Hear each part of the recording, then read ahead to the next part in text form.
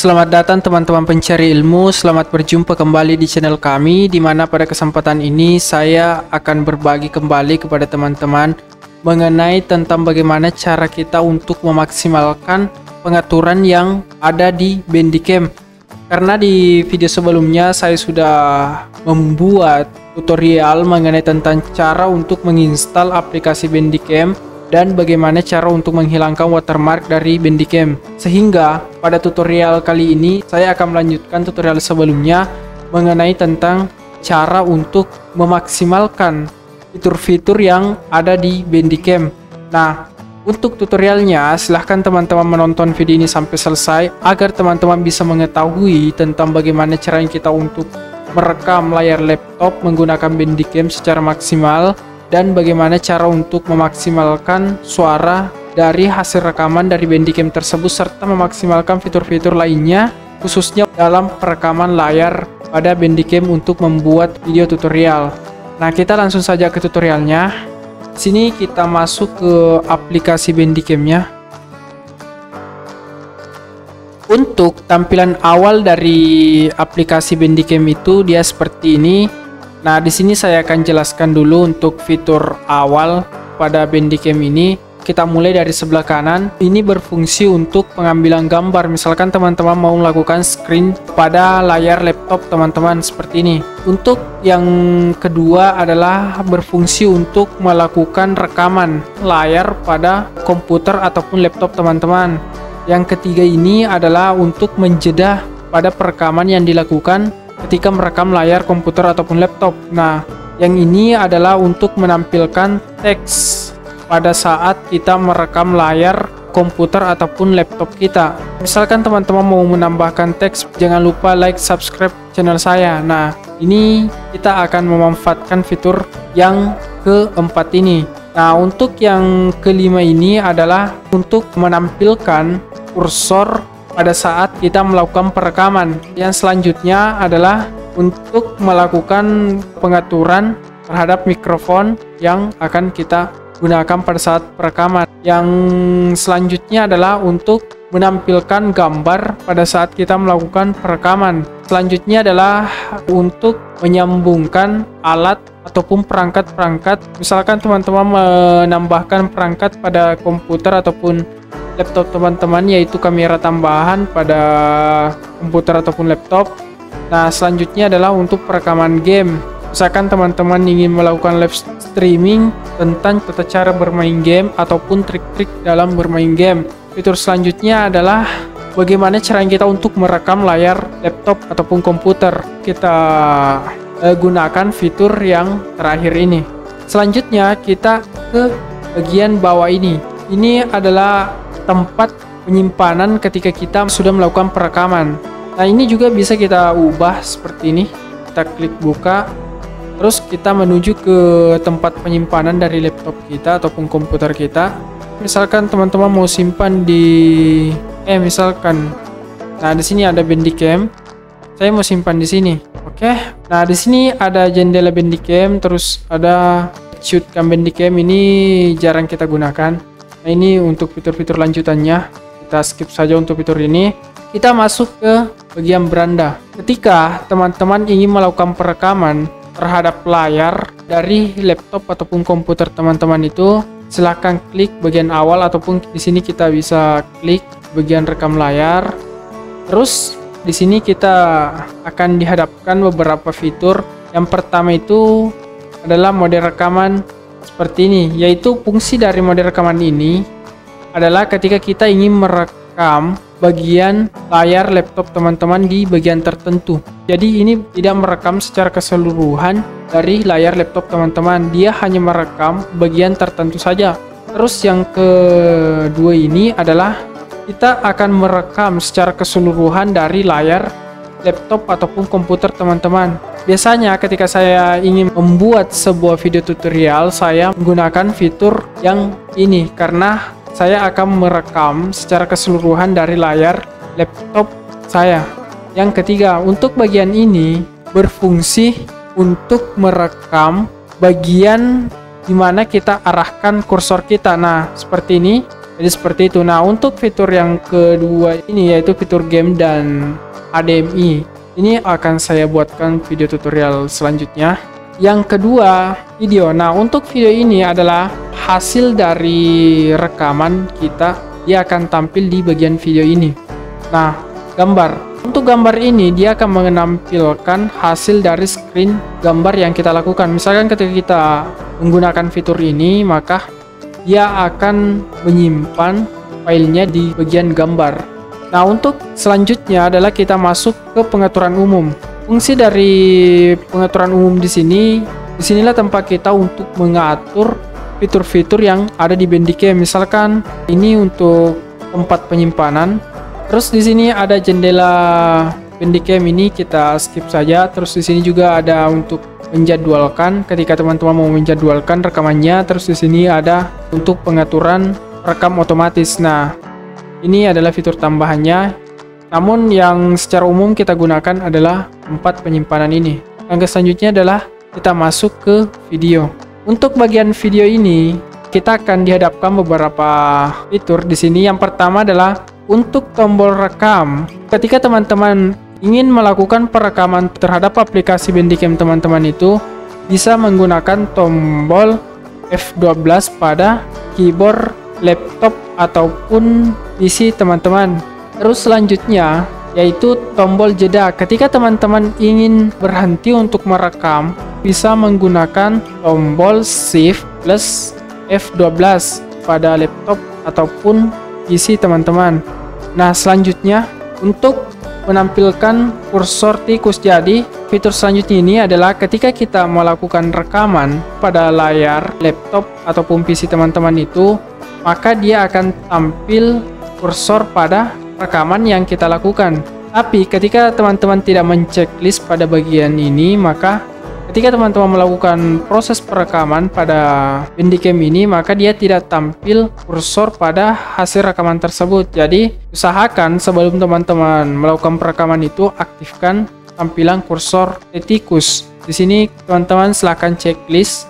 Selanjutnya itu adalah tambahkan efek klik tikus. Nah, ini berfungsi untuk menampilkan efek. Misalkan teman-teman klik pada bagian kursor, maka dia akan memberikan efek pada kursor tersebut. Misalkan dia memberikan efek warna merah, tergantung teman-teman mau pakai efek warna apa.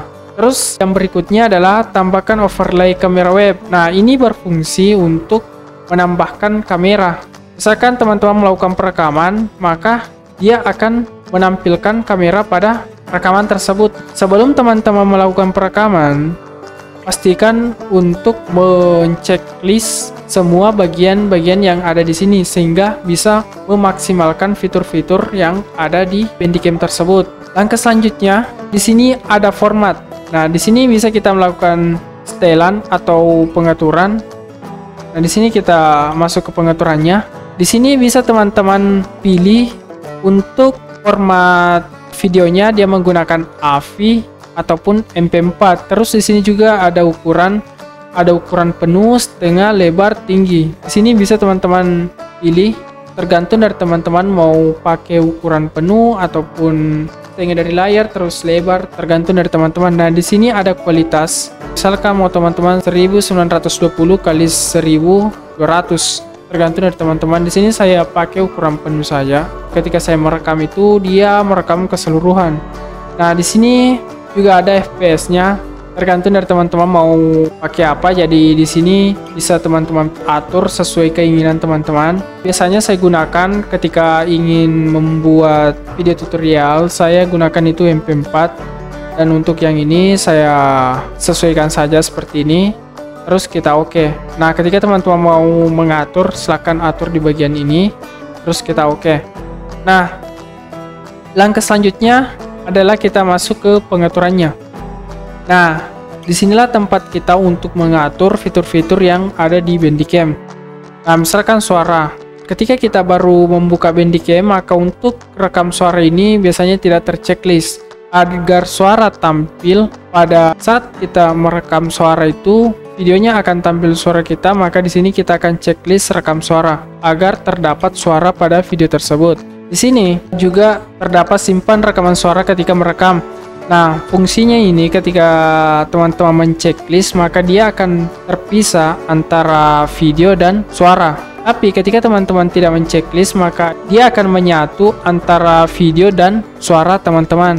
Nah, untuk bagian suara, di sini ada perangkat utama. Misalkan di sini untuk speaker, saya gunakan untuk perangkat umum sehingga ketika saya merekam suara, dia bisa merekam secara keseluruhan, baik itu saya menggunakan mic maupun saya langsung dari laptop saja. Jadi di sini bisa kita manfaatkan untuk perangkat keluaran umum. Terus di sini juga bisa kita hanya menggunakan laptop. Terus di sini juga bisa kita menggunakan speaker. Tapi ketika kita menggunakan dua-duanya, maka kita pilih saja perangkat keluaran umum. Di sini yang kedua, misalkan ketika teman-teman menggunakan mikrofon, bisa teman-teman aktifkan di sini mikrofon. Tapi ketika tidak menggunakan mikrofon, maka dia tidak bisa mengambil suara ketika teman-teman menggunakan mic ataupun mikrofon. Nah, karena di sini saya menggunakan mikrofon, maka di sini akan tampil volume dari mikrofon saya. Di sini bisa kita atur berapa besar, itu tergantung dari teman-teman. Jadi sesuaikan dengan mikrofon teman-teman. Ketika saya matikan ini, maka dia tidak merekam suara saya karena di sini saya menggunakan mikrofon. Jadi kita gunakan mikrofon saja. Kita aktifkan mikrofonnya. Nah, seperti itu. Nah, untuk perangkat kedua kita matikan saja karena perangkat pertama ini sudah kita aktifkan. Nah, yang selanjutnya adalah kamera web. Untuk kamera web ini biasanya ketika kita melihat video tutorial, dia ada tampil kamera, entahkah itu dia gunakan tampilkan di sebelah kanan sesuai dengan kemauan dari perekamnya. Nah, di sini ada tambahkan overlay web kamera ke video rekaman. Ketika kita checklist, maka secara otomatis kita akan menambahkan kamera ketika kita merekam. Terus di sini simpan video web kamera sebagai berkat terpisah. Nah, ketika teman-teman mengaktifkan di bagian yang kedua ini, maka tangkapan kamera setelah teman-teman merekam layar itu dia akan tersimpan secara terpisah. Tapi di sini saya gunakan yang atas saja agar video yang saya rekam dan kameranya itu tersimpan secara menyatu. Di sini ketika teman-teman ingin mengatur kameranya, bisa gunakan ini pengaturan. Di sini bisa kita atur berapa brightness-nya, berapa kontrasnya.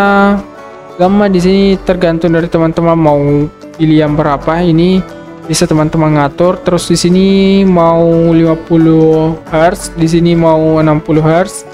Itu tergantung dari teman-teman mau pilih. Saya biasanya untuk kualitasnya lebih tinggi itu 60. Terus di sini speed priority. Nah, kita oke kan. Di sini juga mau ukurannya berapa bisa teman-teman gunakan. Ukuran dari kameranya itu tergantung dari teman-teman, kita pilih saja yang otomatis. Untuk selanjutnya, misalkan teman-teman mau mengatur tata letaknya ini, kita klik selanjutnya. Nah, di sini dia akan tampilannya seperti ini. Misalkan ini merupakan screen layar dari komputer teman-teman. Nah, teman-teman tampil di sini, ini merupakan penangkapan kameranya. Misalkan teman-teman mau geser, mau perbesar, dia seperti ini. Nah, di sini juga misalkan teman-teman mau atur mau letakkan di mana. Oke. Nah, misalkan ini untuk ke atas.